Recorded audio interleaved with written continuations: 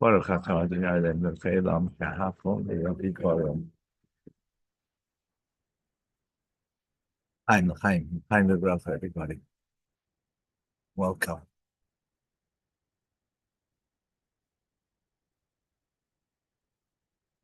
Oh, I'm Chaim. There's nothing like water that gives life.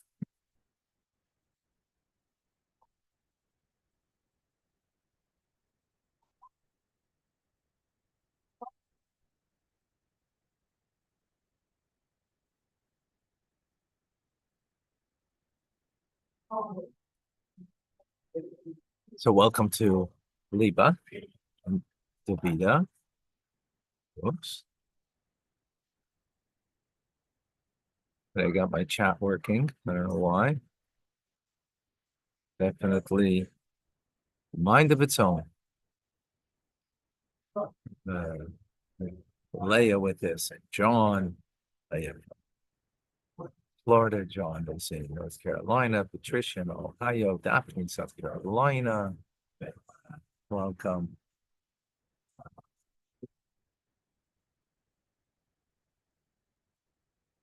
So the world tells us, or you know, Western culture, what you feel is real. I don't mean going with your gut, going with, your inner kind of sense of reality. That's not what I mean. But, your feelings are your reality. And since that's where a person lives, is what they feel. So then we should be guided by it. So I want to make an interesting paradox, but this and a distinction.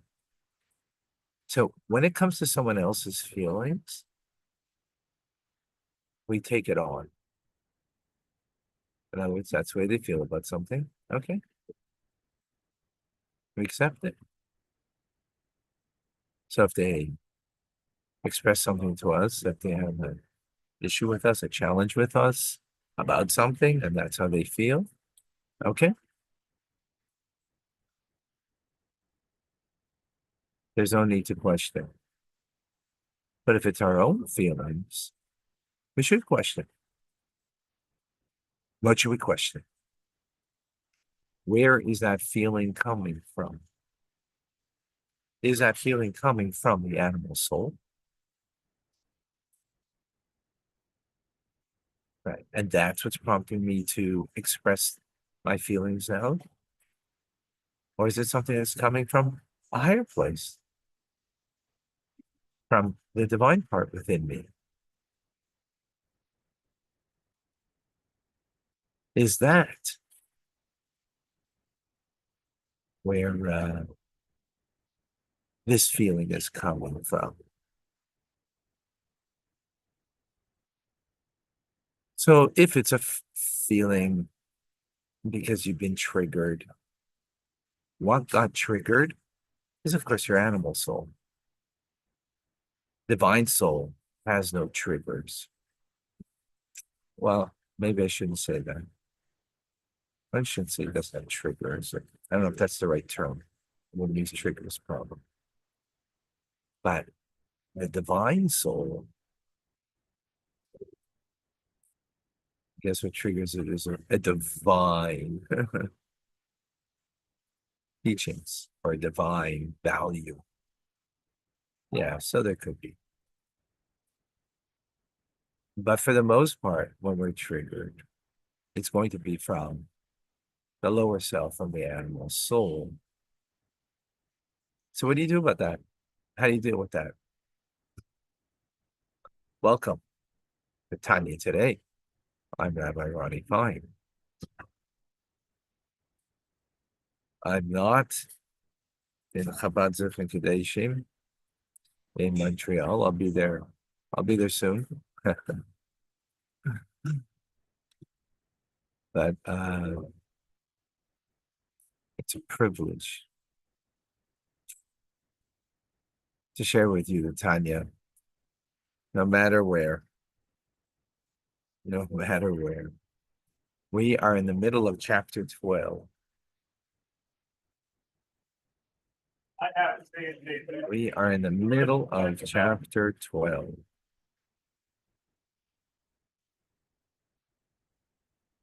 Speaking about the Beinoni. Today, we get to a crux teaching, a very fundamental idea in the Beinoni. Remember who we are. We're the BITs, Beinoni in training.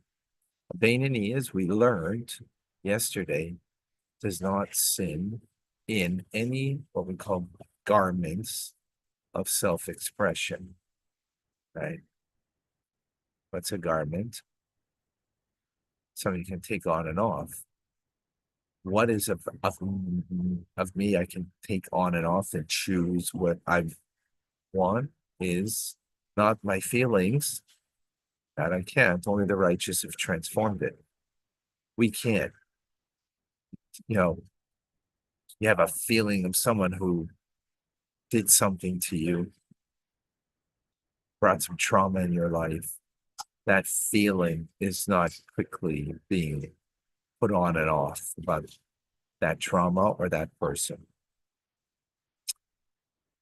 But the way I think about the trauma, the way I speak about the trauma, the way I act about the trauma, right? Thought, speech, and action, that I have the choice that I could put on and off that thought, those words, or those actions. That is in my jurisdiction, right? And that's who the Beinoni is. That in the life of the Beinoni never did a sin in the three areas of where what we call sin: self-expression, thought, speech, and action. So the Alter Rebbe in today's class clarifies this idea of what do you mean in thought? But we have bad thoughts that come to us that we're not in control of, because those thoughts that come to us come from our feelings. And since the feelings we don't have control over, we can't choose our feelings, but we can choose whether we want to meditate on those feelings. We want to further those feelings by thinking them. So once the feeling comes up into my mind to think it, and I'm aware, once I become aware of it, then I have total jurisdiction. The initial thought, I don't, right? Only the righteous have only pure thoughts that come up into their thoughts, from their mind into their thoughts. But a Beinoni doesn't. Beinoni training, for sure not. But then comes the capability of choosing not to think that negative thought, right? Whatever it might be, which then could bring to speech or to speak about it or to act upon it, right? Otherwise, we don't have to give in to that, to satisfy that thought by willfully choosing it. The question is, where does the power come for that? How are we capable of doing that? Where does that come from? So this is that important teachings that we need to live with and to carry ourselves with, and that is Hamayach Shalit Alalei V'Tallusei V'Teva Yitzirasei. It's the Hebrew words brought from the Zohar. That is, that the brain rules over the heart by the virtue of its innately created nature. In other words, from a person They are born, they're given the capability that, I mean, they can't exercise that ability until they become mature of the mind. But once they have that maturity of the mind, then they have the innate power that the brain can have dominion over the heart. In other words, to restrain the drive, though the heart's desire, and therefore preventing the heart's desire, which, remember, that heart's desire we don't have control over, but preventing that heart's desire to have self-expression, thought, speech, or action. So in the willful contemplative thought, we have fully self-mastery over the initial thought, not at all. So when negative thoughts come to you, don't feel bad about it. Right? But what we can do is truly divert our attention from it, and that's inherent to the mind having that dominion over the heart, which is phenomenal when you think about it. This is like very freeing. I don't have to, my feelings are my feelings, but I don't have to give it free range. I don't have to allow it to be expressed. So if I know that that feeling is coming from a wrong place, and this is where the paradox is. Another person's feelings, tell them, that your mind should have dominion over your heart. You shouldn't think that. If you're their mentor, you're their teacher, and they're coming to you with an issue, then yes, you have to teach them and inspire them. But if they're coming to you from that place, so we accept them, that's where they're at.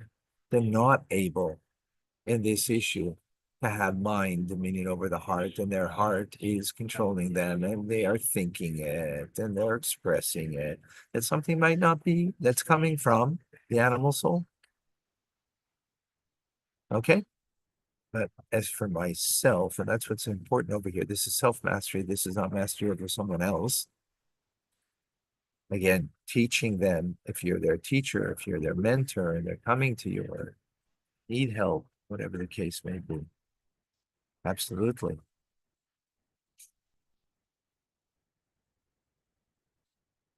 This is a phenomenal thought.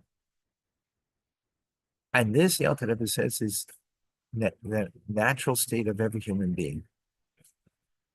In other words, this is not a Jewish thing. The Jewish part we'll see in a moment, but this is something every human being has that capability. They tell the story about Napoleon.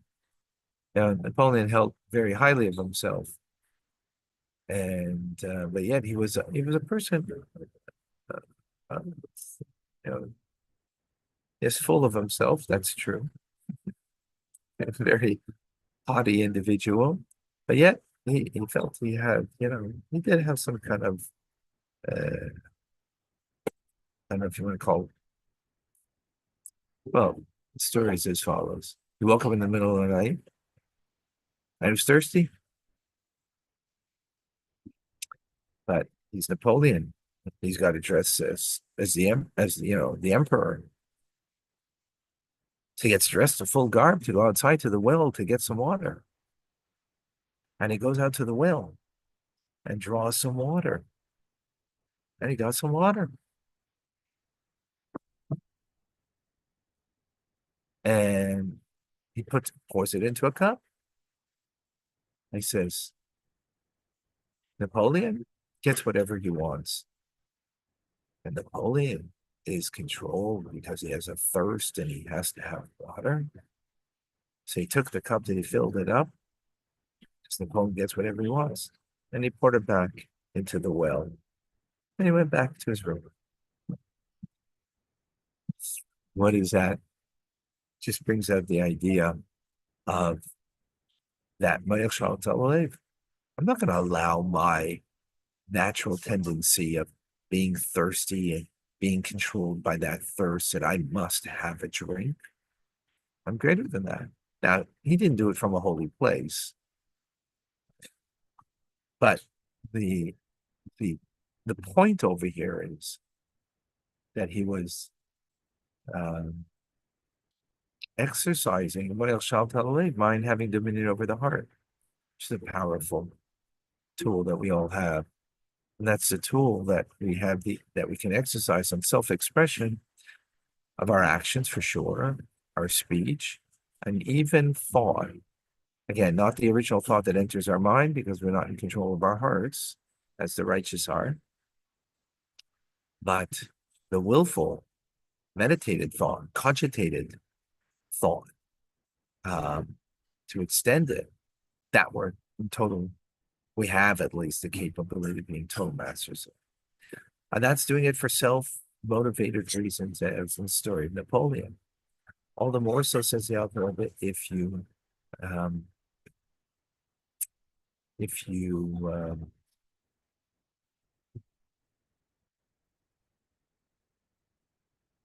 all the more so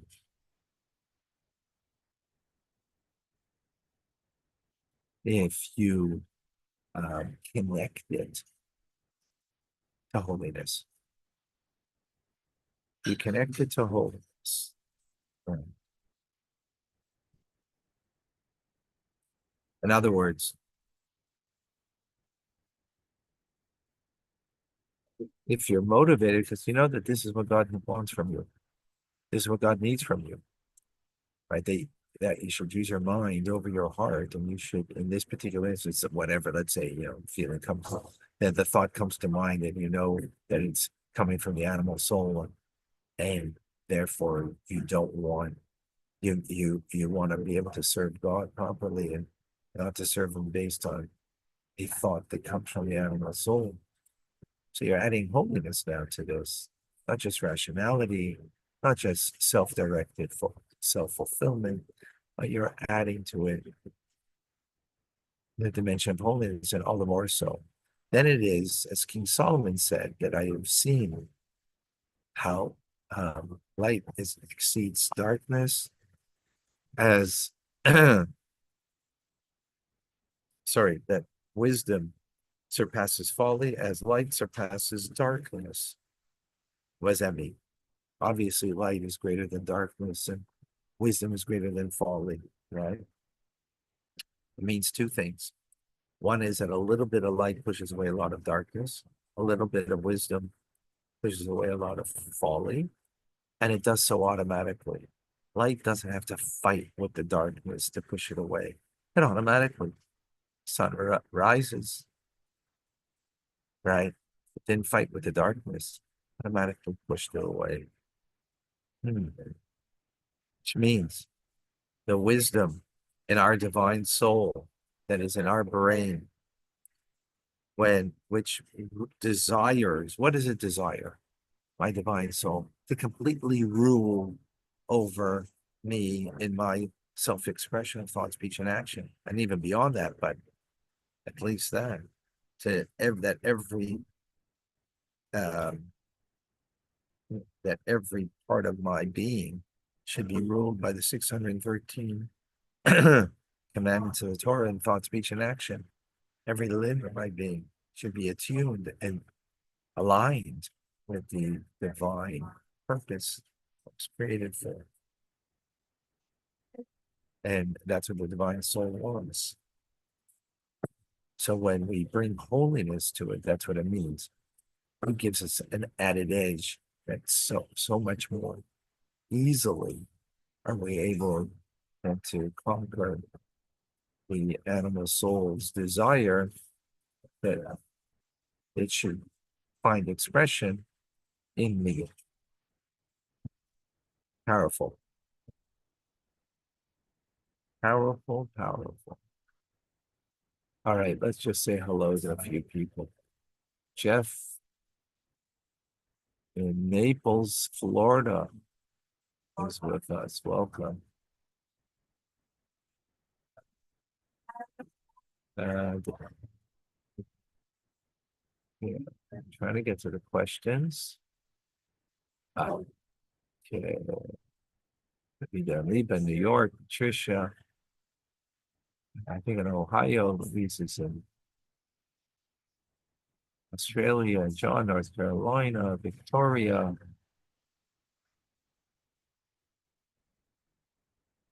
Zara, Malaysia, Ron, I think in Toronto, Joe in Washington State. Can the Beinoni, John has a question, become a Baal Tshuva if he does not sin? Or does his sins before become a Beinoni count? Hmm. Right, so definitely a Beinoni at one point was a Baal Tshuva, and it can still be a Baal Tshuva, and that's an excellent question, John. It just needs, Baal Tshuva can be, you know what, there's a lot there. Let me come back to it if we have time. Okay. Because it's but basically the Beinoni probably was about Tshuva at some point in a simple sense. In a deeper sense, it's always about Tshuva, because about Tshuva means a master of return, always coming closer. So in a sense, he always is. Leah, does this mean the Beinoni doesn't even recognize a negative thought? It shows up and automatically goes without having to recognize, process, and change their way, actively choose to. Excellent question, Leah. Absolutely, he recognizes it's a negative thought. Otherwise, why would he discard it? That what prompts him to discard it? It's because it's a negative thought. That's what prompts him to recognize, oh, this is coming from my, my animal soul. This is coming from my lower nature. It's not coming from, right? Um,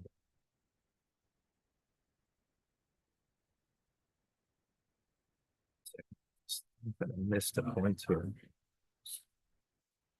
Oh, yes. So absolutely, he recognizes it, and there's an engagement. Absolutely, there has to be an engagement. It may be very quick because once you recognize it's negative, you don't battle it, right? That's the point over here. There's an awareness. Oh, this is not coming from a good place. This thought of mine. You automatically replace it, that thought, and choose not to think that anymore. And so it automatically is pushing away that darkness, right? But yes, yeah, there's only because he recognizes the negative thought, and therefore has to access and push it away. And otherwise, what happens if we're on autopilot thinking negativity?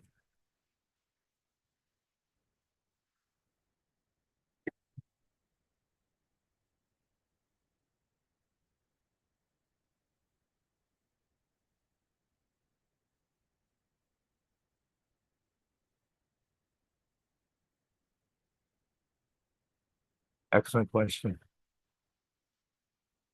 Well, we have Rachel with us. We have from South Carolina, Diane.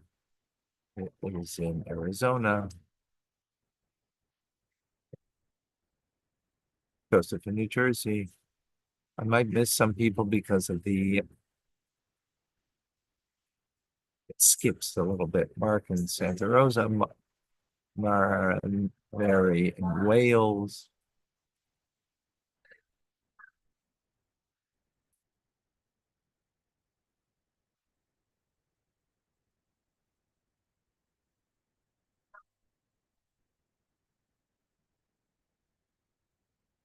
And Diane, Michael, Coral Springs, Florida.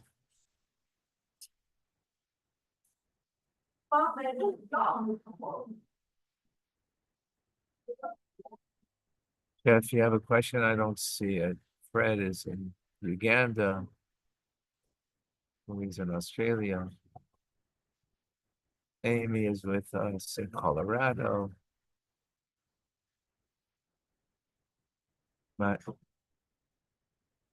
Dynamite. We have I don't know if I pronounce it right. Genius in Calgary, Mordecai, Massachusetts. Alice is in Baltimore. Oh.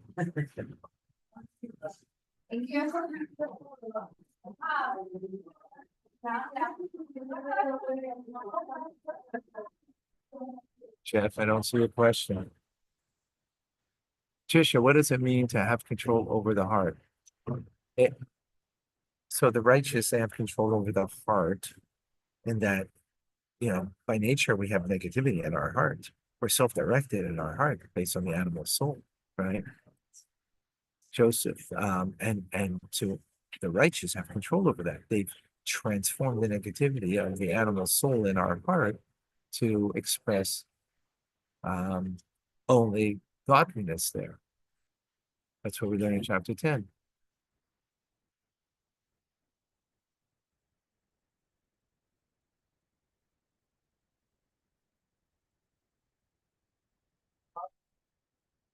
When is an evil thought a sin, and when is it too scrupulous? But, if it's an evil thought, if it's coming from your animal soul, so then once you recognize it, you have to recognize it. You have to be aware. If you're not aware, right?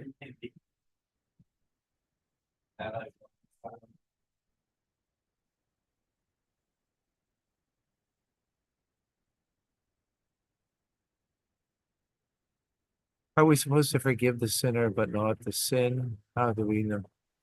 When we know that he didn't push away the negativity, how do we do that? Wait, I mean, that they had negative thoughts? Unless they told you, right? Unless they told you that they have negative thoughts. All right, folks. Amazing. Let us we'll continue our conversation, God willing, tomorrow's class. God bless you.